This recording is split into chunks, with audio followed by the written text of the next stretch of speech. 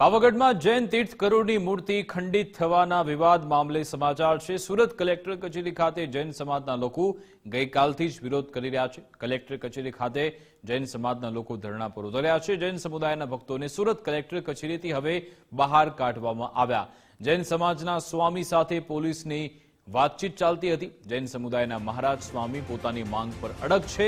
જૈન સમુદાયના ઉચ્ચ આગેવાનો મુંબઈથી સુરત પહોંચ્યા। જૈન સમાજના સમુદાયના લોકોને પ્રાંગણની બહાર પણ ખસેડવામાં આવ્યા। પોલીસે કલેક્ટર કચેરીની અંદર બેઠેલા જૈનોને બહાર કાઢ્યા હતા। હાલ કલેક્ટર કચેરીમાં માત્ર જૈન મહારાજ સ્વામી જ હાજર છે। ધરણા માટે પરવાનગીને લઈ કાર્યક્રમ કરો તેવું પોલીસે નિવેદન આપ્યું।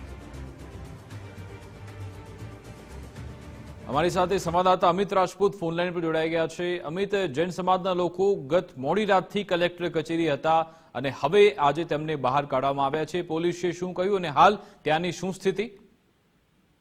जी ચોક્કસપણે જો વાત કરવામાં આવે તો ગત રોજથી જ્યારે પાવાગઢમાં જે ઘટના બની જૈન સમુદાયના તીર્થકરોના જે મૂર્તિ ખંડિત થયા ત્યારબાદ મોટી સંખ્યામાં જૈન સમુદાયના લોકો સુરત કલેક્ટર ઓફિસે ભેગા થયા હતા અને વિરોધ પ્રદર્શન કર્યું હતું।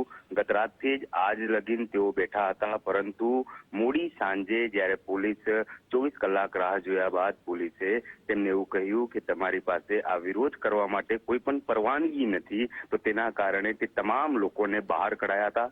શરૂઆતમાં 250 થી 300 માણસો હતા, પરંતુ જ્યારે તેમને બહાર કઢાયા તો ક્યાંક ને ક્યાંક તેમનામાં રોષ જોવા મળ્યો અને અત્યારે હાલ જો પરિસ્થિતિની વાત કરીએ તો 500 થી 600 લોકો હાલ કલેક્ટર ઓફિસના પ્રાંગણની બહાર ઉભા છે। અને અત્યારે હાલ કલેક્ટર ઓફિસની અંદરની જો વાત કરવામાં આવે, કલેક્ટર ઓફિસની અંદર જે મુંબઈથી કેટલાક અગ્રણીઓ આવ્યા છે, જે સૂત્રોનું કહેવું છે, અને જે જૈન મુનિઓ છે તે તમામ લોકો સાથે ચર્ચા ચાલી રહી છે।